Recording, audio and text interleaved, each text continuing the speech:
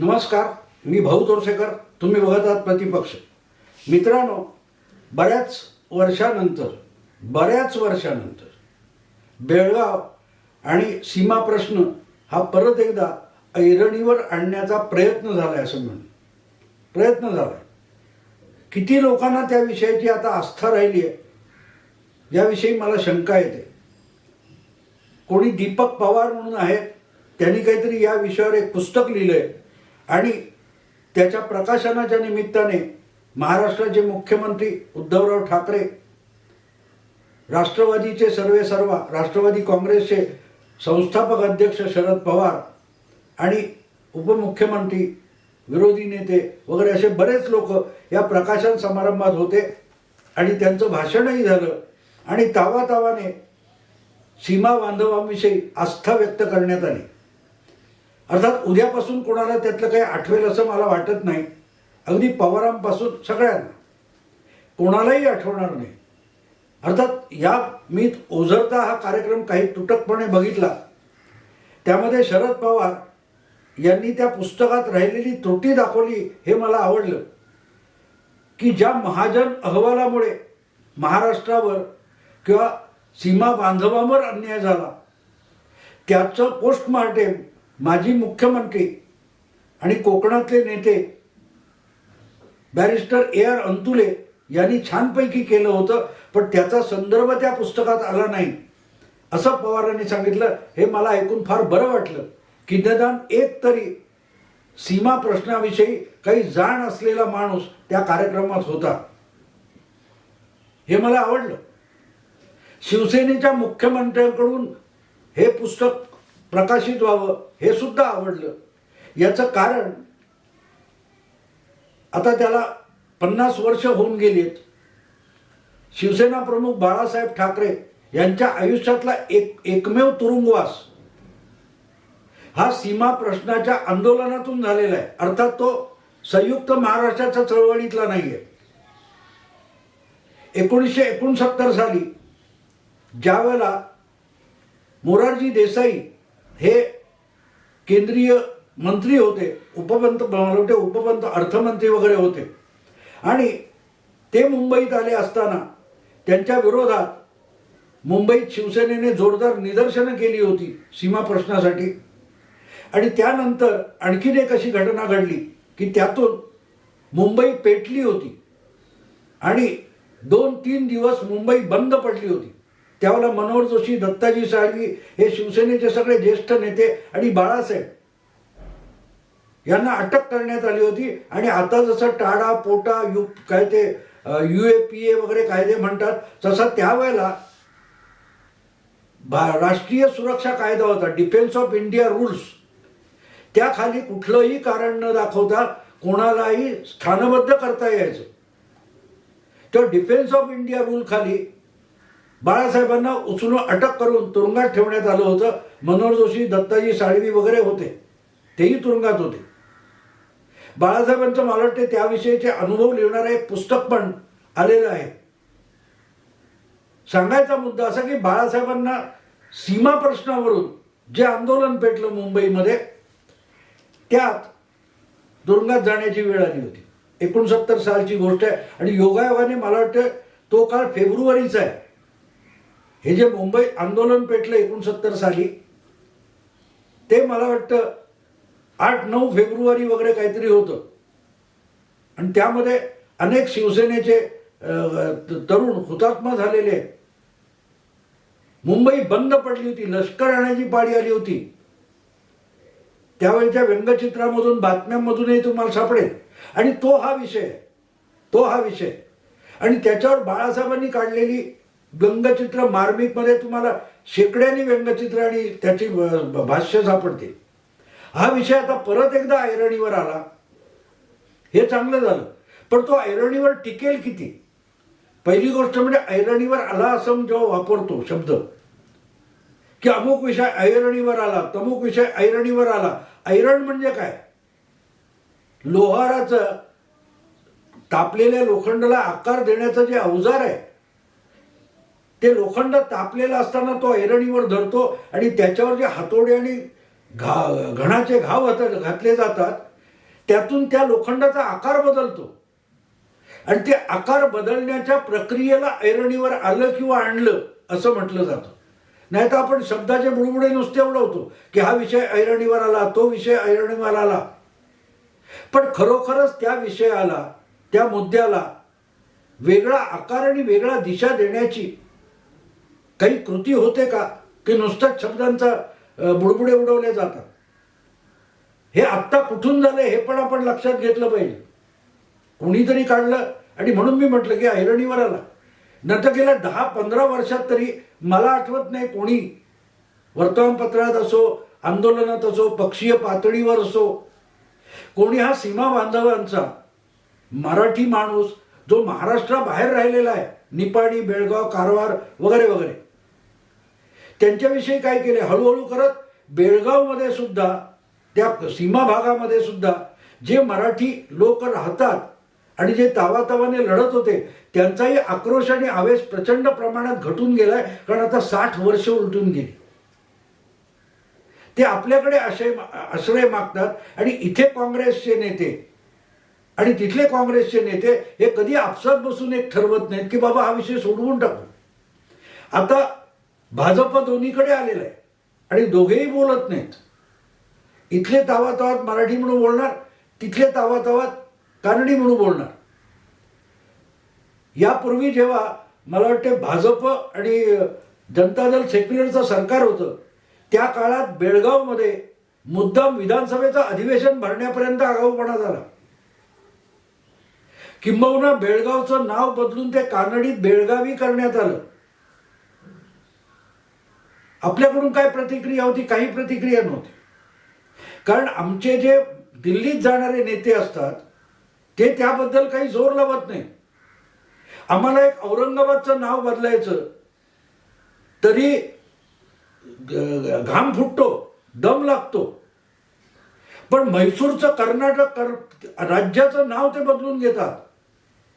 मद्रासचं नाव तमिळनाडू तिथले लोक करून घेतात.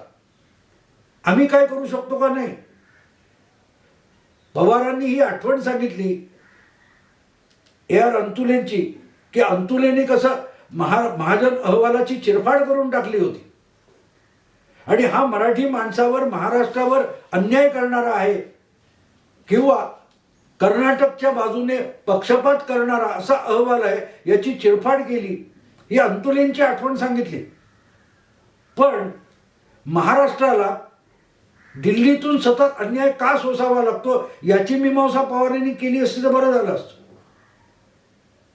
मध्यंतरी पवारांच्याच वाढदिवसाला त्यांचे सहकारी प्रफुल्ल पटेल यांनी काँग्रेसने पवारांवर सतत अन्याय केला असं लेख लिहिला होता. आणि तो खरा आहे, तो खोटा म्हणता येणार नाही. पण तो अन्याय पवारांपुरता मर्यादित नाहीये किंवा शरद पवार हे नाव सोनिया गांधींना, इंदिराजींना किंवा राजीव गांधींना, राहुल गांधींना आवडत नाही म्हणून अन्याय झाला असं बिलकुल नाही. काँग्रेसचे इतरही नेते होते, नरसिंहराव, त्यांनाही शरद पवार यांचा चेहरा आवडत नाही, नाव आवडत नाही म्हणून अन्याय नाही झाला. तो मराठी माणूस म्हणून अन्याय झाला. आणि मराठी माणूस किंवा महाराष्ट्र म्हणून केंद्राकडून होणारा अन्याय हा नवीन बिलकुल नाही, अजिबात नाही. याचं कारणही आपण शोधलं पाहिजे. त्या कारण जर आपल्या बाजून दुबळेपणा असेल तर त्याचं खापर दिल्लीवर किंवा कुठल्याही पक्षाच्या राष्ट्रीय नेत्यावर फोडण्याचा अर्थ नाही. म्हणून मी अंतुलेंची जी आठवण पवारांनी छानपैकी सांगितली ती तेवढ्यापुरते पवार का थांबले हा माझा प्रश्न आहे. कारण 60 वर्षापूर्वी संयुक्त महाराष्ट्राचे जे आंदोलन झालं होतं, ज्या आंदोलनात रक्त सांडून आणि काय 105-7 हुतात्मे देऊन आपण संयुक्त महाराष्ट्र मुंबईचा मिळवला, त्यातून हे भाग राहिलेले दादरा नगर हवेली, डांग, बेळगाव, निपाणी, कारवार. तर त्याचं कारणही लक्षात घेतलं पाहिजे. त्यावेळेला महाराष्ट्राचं सगळ्यात प्रभावी नेतृत्व यशवंतराव चव्हाण होते. ते किती खंबीरपणे महाराष्ट्राच्या बाजूने उभे राहिले तेही सांगायला पाहिजे.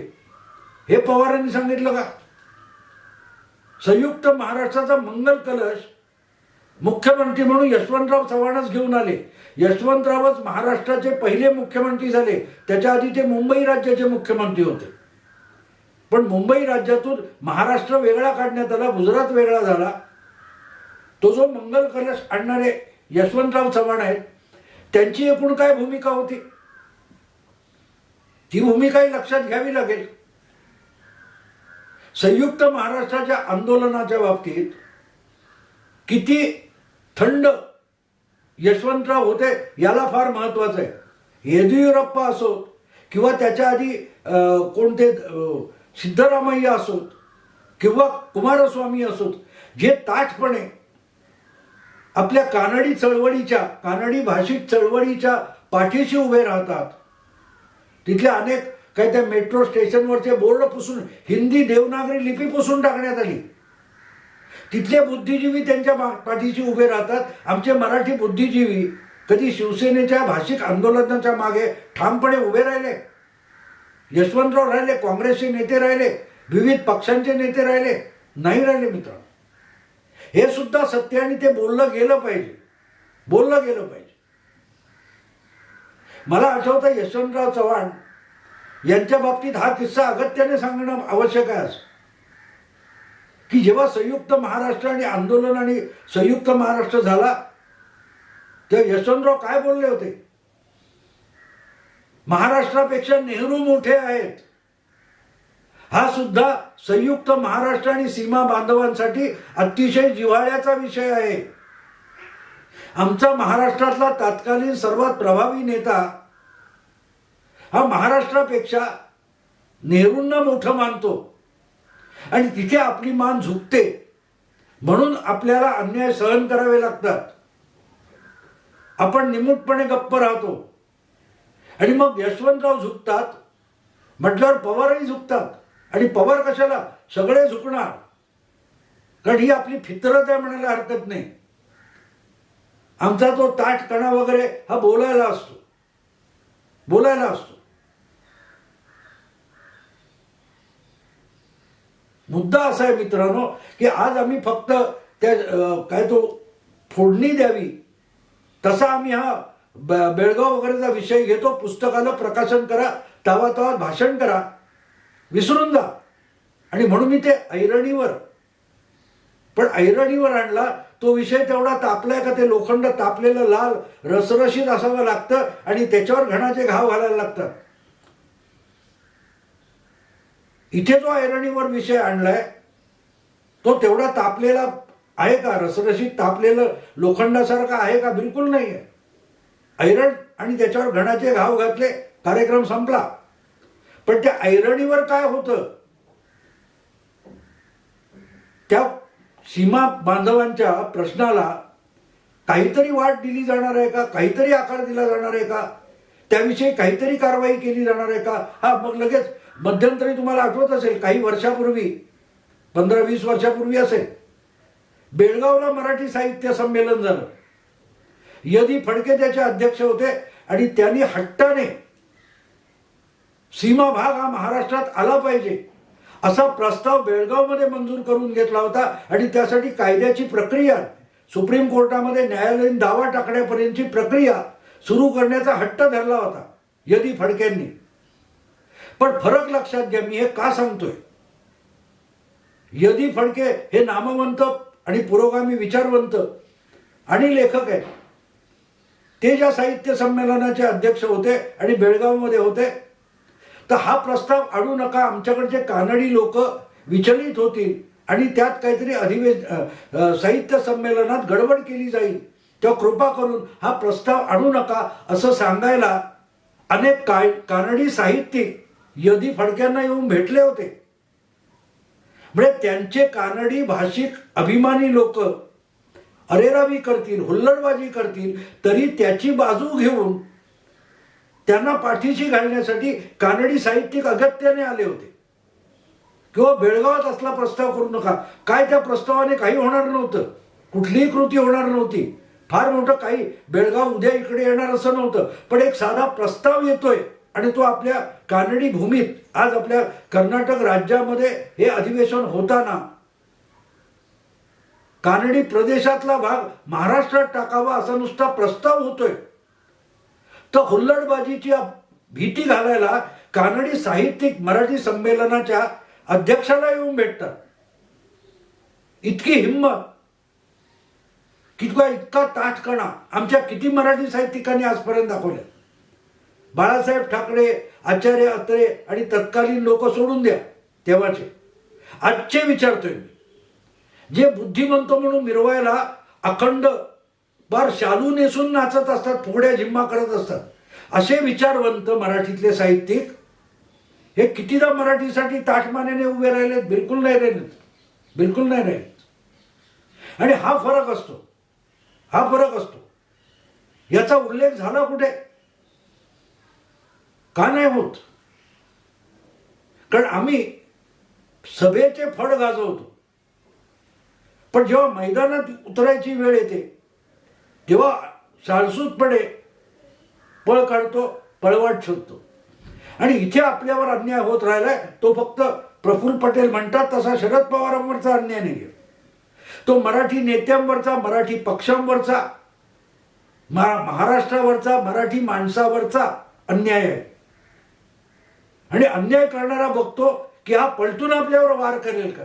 आमची तयारी आहे पलटून वार करायची? नाही, नाही आहे तयारी आमची.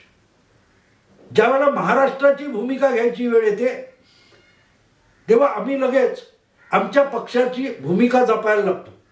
आता कोणी म्हणते की मनसे हा प्रादेशिक पक्ष आहे, शिवसेना हा प्रादेशिक पक्ष आहे, आणि त्यामुळे भाजप किंवा काँग्रेस म्हणतील की आम्ही प्रादेशिक संकुचितता बाळगत नाही. मग कर्नाटकातला काँग्रेस प्रादेशिक पक्ष आहे, तोही राष्ट्रीय पक्ष आहे. कर्नाटकातला भाजप हा सुद्धा राष्ट्रीय पक्ष आहे.